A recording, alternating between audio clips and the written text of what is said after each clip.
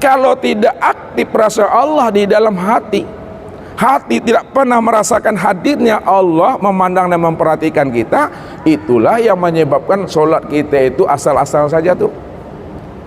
Lalu bagaimana cara menghadirkan Allah itu dalam hati ibu-ibu? Ibu-ibu lihat Allah Pak? Enggak, tapi yakin Allah itu ada?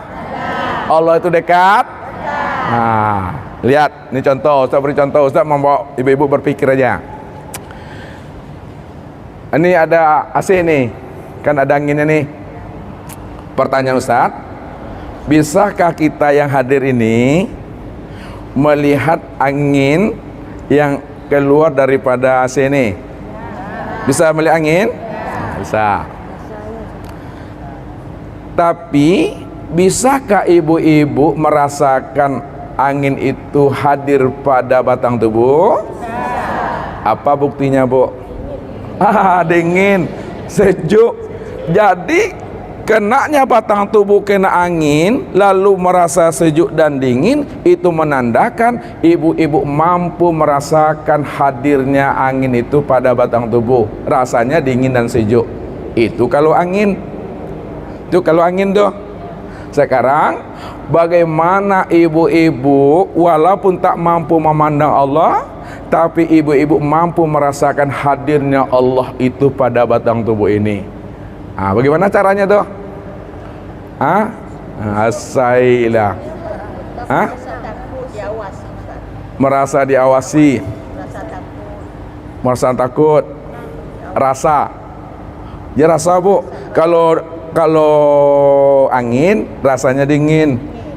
Kalau hadirnya Allah bersama kita rasanya apa? Oh, merasa diawasi. Bolehlah itu. Boleh untuk pendapat pertama, boleh. Kita mesti tahu wujudnya. Kalau angin tadi wujudnya dingin, sejuk pada diri. Tapi kalau Allah apa rasanya? Rasa nano-nano apa?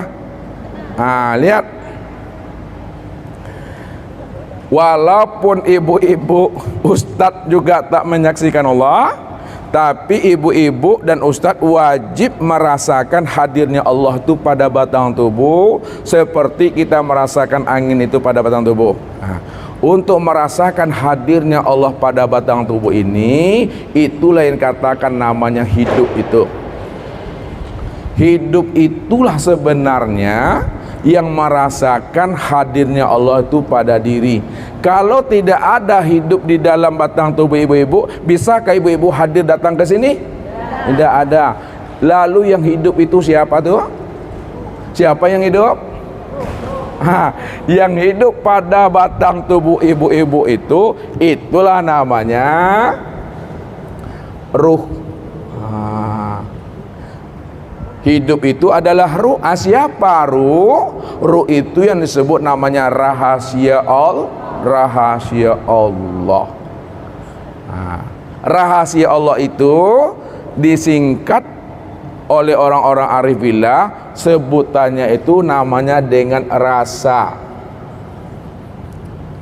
Itu dah, Bu. Ini Ibu bilang tadi nih, disingkat namanya dengan rasa. Rasa itu artinya rahasia Allah. Makanya Allah bilang, wa fi anfusikum afala tubsirun. Aku ini telah wujud dan hadir berserta dirimu. Kenapa tidak kamu pikirkan, kata Allah.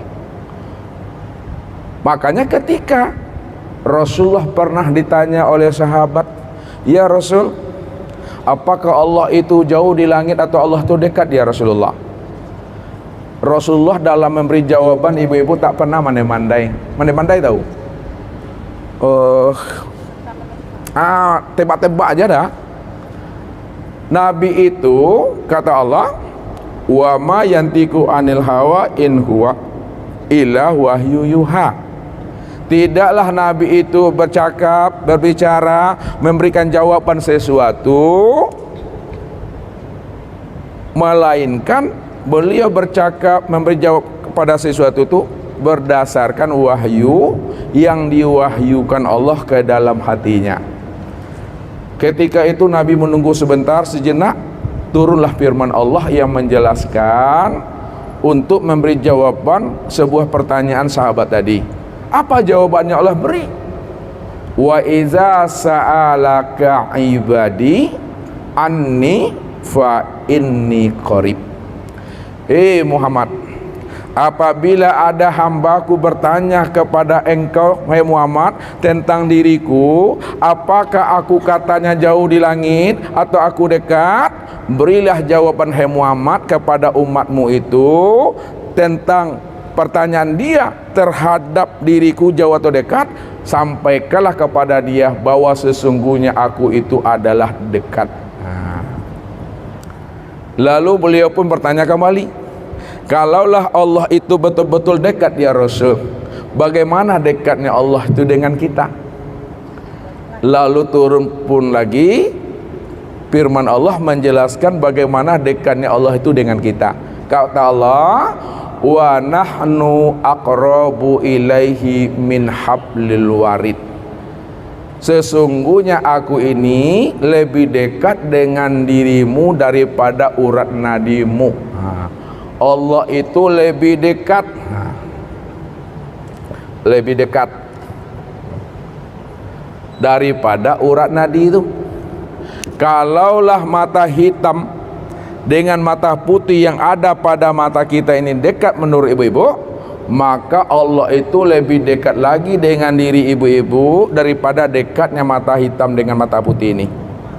Kalaulah rasa itu dekat pada diri kita, maka Allah lebih dekat lagi dengan diri ibu-ibu dibanding dekatnya rasa dan perasaan itu pada diri. Kalaulah hidup itu dekat pada diri kita, maka Allah lebih dekat lagi dengan diri ibu daripada dekatnya hidup itu pada diri kita. Tapi kenapa tidak kamu pahami, kata Allah, wa fi anfusikum afala tubsirun. Tuh, jadi kusuknya hati ini di mana kita mampu merasakan hadirnya itu bersama Allah. Inilah yang dikatakan oleh Rasul, fa in lam takun tarahu fa innahu yaraka. Maka jika kamu belum mampu menyaksikan Allah, maka rasakan di dalam hatimu, hidupkan rasa ruhanimu bahwa Allah sedang melihat dan memperhatikan dirimu pada waktu kamu mendirikan ibadah solat. Ini hadir tuh. Barulah solat yang kita lakukan itu baru terasa nikmat dia. Kalau sudah hadir hati bersama Allah, nyaman itu ibu-ibu, solatnya itu nikmat karena diperhatikan, diawasi. Apa yang terbetik dalam hati, apa yang terpikir di dalam akal itu Allah tahu, Allah mengerti apa yang kita pikirkan. Makanya kalau kita sholat, walaupun kita punya hutang, walaupun kita punya masalah dengan anak, dengan menantu, dengan cucu, jangan hutang itu yang dibawa kepada Allah di dalam sholat. Jangan masalah anak dan menantu itu yang dibawa kepada Allah di dalam sholat. Kalau utang yang dibawa kepada dalam sholat, maka utang itu menjadi sembahan kita. Kalau anak menantu yang dibawa kepada Allah di dalam sholat, maka anak menantu itu yang menjadi sembahan kita. Tapi apa yang mesti kita bawa kepada Allah di waktu sholat? Itu adalah rasa mahabbah, rasa rindu dan rasa bermanja-manja. Ini yang disampaikan beliau tadi ini. Itu duduknya pada maqam tasawuf. Jadi sholatnya kita itu, yang kita bawa itu rasa mahabbah, rasa rindu dan rasa bermanja-manja dengan Allah. Itu yang mesti dihidupkan dalam hati. Jangan hutang yang dibawa kepada Tuhan. Rasa hadirnya bersama Allah tuh. Itu udah khusyuk namanya ibu.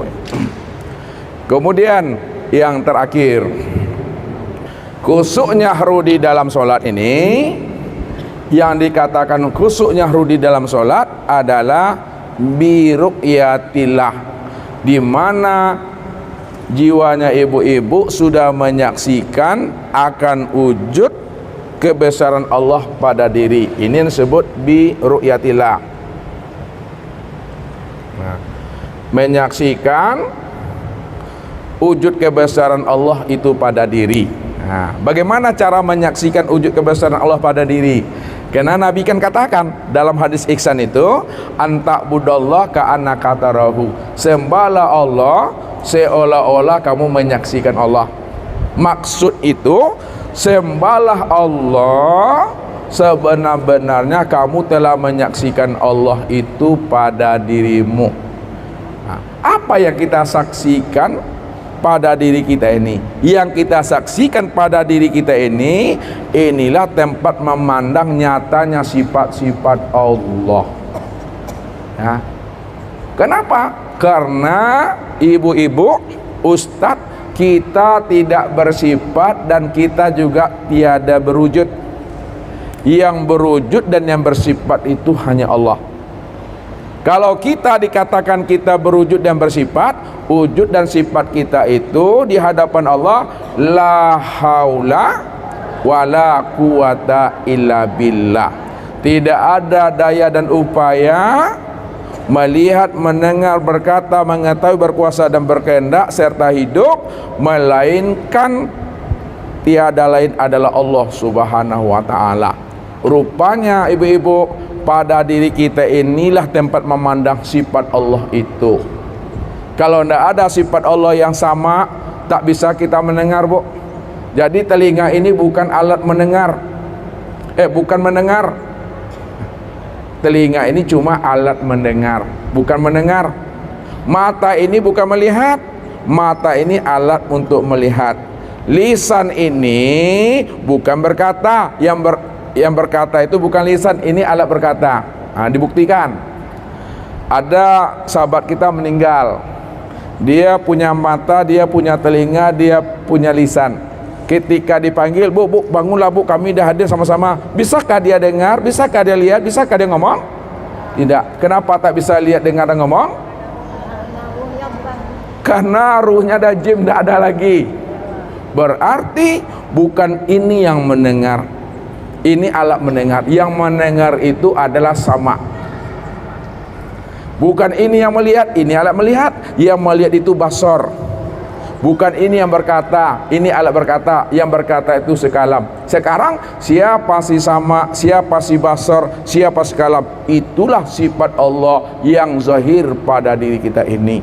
Makanya kalau ndak ada kudrat, ndak ada iradat, takkan terangkat tangan ini ya Allah. Kalau ndak ada kalim tak tersebut Allah.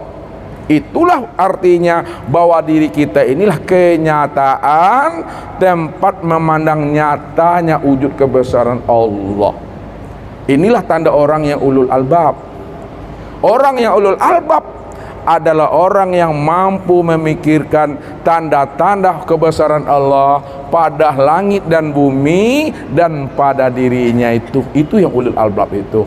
Maka ketika ibu-ibu telah mampu merasakan dan memandang akan wujud kebesaran Allah pada diri, disitulah solat kita itu bisa khusyuk.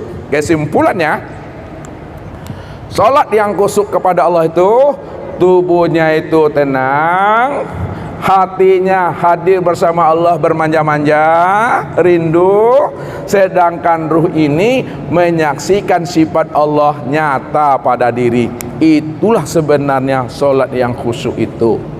Inilah, buka nanti surah Al-Hijr ayat 99 kalau tak salah benar tuh. Wa'bud rabbaka hatta ya'tiyakal yakin. Sembahlah olehmu Rabbmu itu sehingga benar-benar datang di dalam hatimu suatu keyakinan.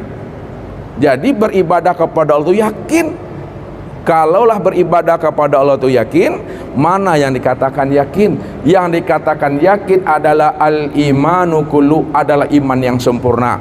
Kalaulah yakin itu iman yang sempurna, lalu iman yang sempurna itu yang bagaimana? Kata Nabi, iman yang sempurna itu adalah antu'minu bi ru'yatillah, di mana kamu mampu menyaksikan wujud sifat Allah sempurna pada dirimu. Itulah solat yang khusyuk. Makanya di dalam solat jangan menghayal-hayal lagi.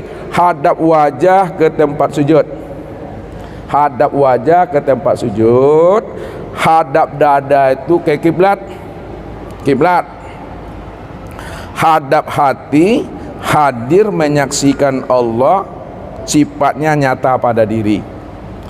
Mulut membaca ayat, telinga mendengarkan bacaan ayat, akal pikir mengawasi dan mengontrol apa yang dibaca oleh mulut, apa yang didengar oleh telinga, dan apa yang diperbuat oleh anggota tubuh, mulai dari takbiratul ihram sampai salam. Sedangkan rasanya hati Bapak Ibu menikmati, itulah itu Allahu Akbar. Udah sempurna. Jangan dibayang-bayangkan pula yang ini nih.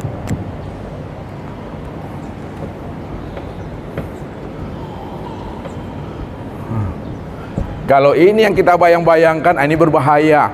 Ini apa namanya nih? Ini tulisan Allah nih Ibu, lafaz Allah nih. Jangan ini dibayangkan, ya. Kalau ini yang dibayangkan, sama kita menjadikan tulisan Allah itu menjadi berhala dalam hati dan pikiran kita.